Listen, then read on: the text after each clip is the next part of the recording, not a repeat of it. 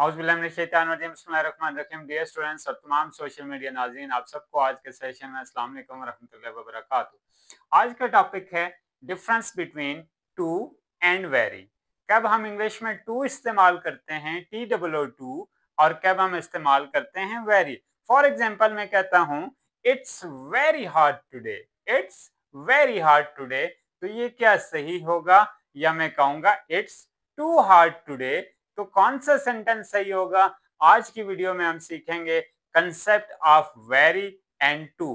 कब हमने टू लगाना है, कब हमने वेरी लगाना है। जैसे एक सेंटेंस है शी इज वेरी इंटेलिजेंट, या हम यूं भी कह सकते हैं शी इज टू इंटेलिजेंट। तो क्या कब टू इस्तेमाल होगा और कब वेरी इस्तेमाल होगा, तो सीखते हैं आज की वीडियो में। कब टू इस्तेमाल करना है, कब वेरी इस्तेमाल करना है, तो स्टार्ट करते हैं। हम पहले लिखते हैं वेरी। वेरी कब इस्तेमाल करना है?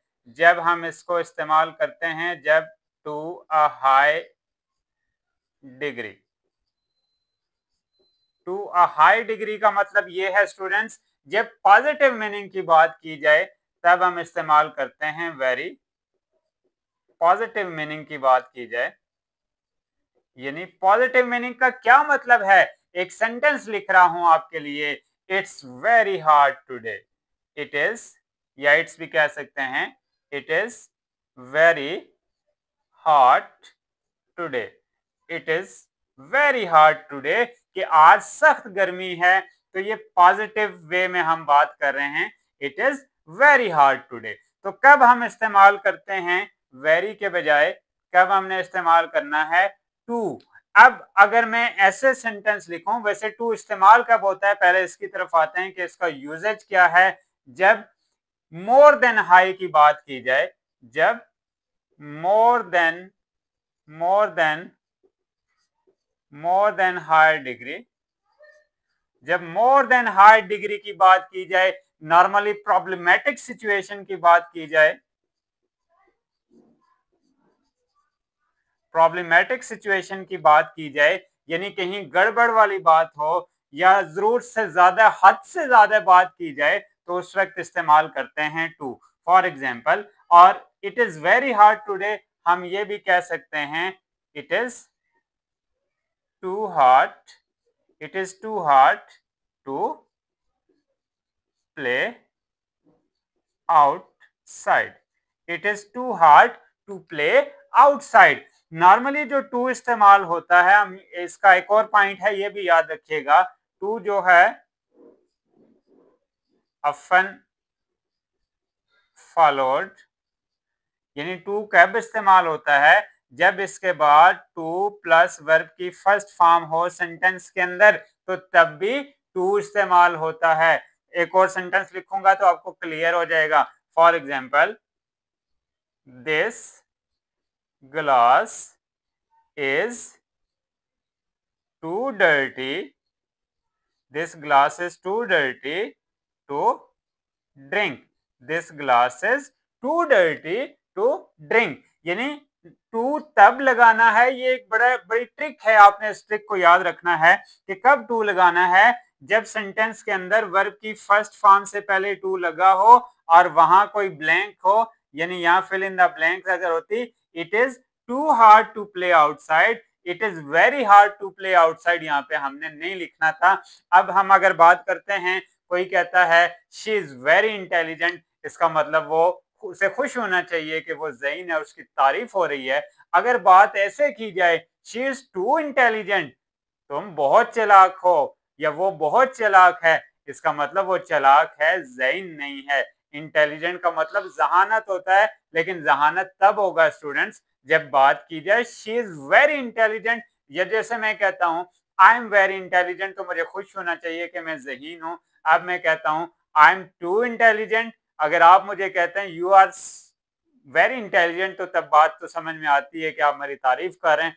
जब आप कहते हैं यू आर टू इंटेलिजेंट, तो मैं समझ जाऊंगा मेरी तारीफ नहीं हो रही, बल्कि नेगेटिव मानों में कहा जा रहा है कि जरूरत से ज्यादा चालाक हूं, यानी ज़हीन नहीं हूं बल्कि चालाक हूं।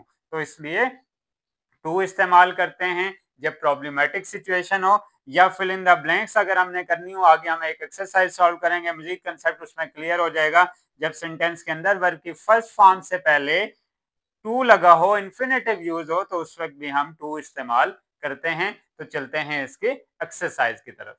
जी तो स्टूडेंट्स, ये आपके लिए एक्सरसाइज लेके आया हूँ, fill in the blanks with too और वेरी। 8 क्वेश्चन हैं, 8 क्वेश्चन हम सॉल्व करेंगे और एक दफा फिर से रिव्यू करेंगे कि टू कब इस्तेमाल होता है और वेरी कब इस्तेमाल होता है। Sentence number 1, he is dash lazy to wake up early.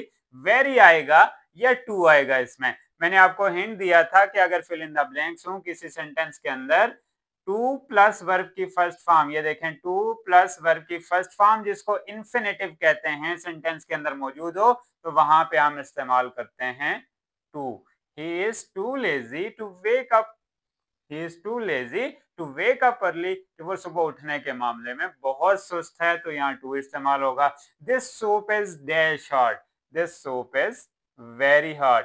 हमने बात की थी कि वेरी इस्तेमाल होता है पॉजिटिव मीनिंग्स होते हैं इसके, यानी मुस्बत मानी जिसके हों या हाई डिग्री के लिए इस्तेमाल होता है, जबकि too negative meaning, problematic situation, higher than high यानी एक्सेसिव चीजों के लिए टू इस्तेमाल करते हैं। The student was dash smart, the student was very smart. Your shirt is dash tight, your shirt is too tight, आपकी शर्ट बहुत ज्यादा टाइट है। My bag is dash heavy to carry, to carry already आ गया, तो हम यहाँ इस्तेमाल करेंगे my bag is too heavy to carry, कि मेरा बैग उठाने के लिए बहुत भारी है। The baby is too cute, नहीं, the baby is positive meanings हैं, the baby is very cute. Your voice is dash loud, अब ये डिपेंड करता है कि सेंटेंस में आपकी वॉइस वाकई बहुत ज्यादा किसी की वॉइस लाउड है, तो हम कहेंगे your voice is too loud. अगर वॉइस उसकी नॉर्मल है तो हम कहेंगे your voice is very loud. तो ये डिपेंड करता है, हम यहाँ दोनों लिख सकते हैं, your voice is too loud, यानी बहुत ज्यादा ऊंची है तो हम टू लाउड इस्तेमाल करेंगे।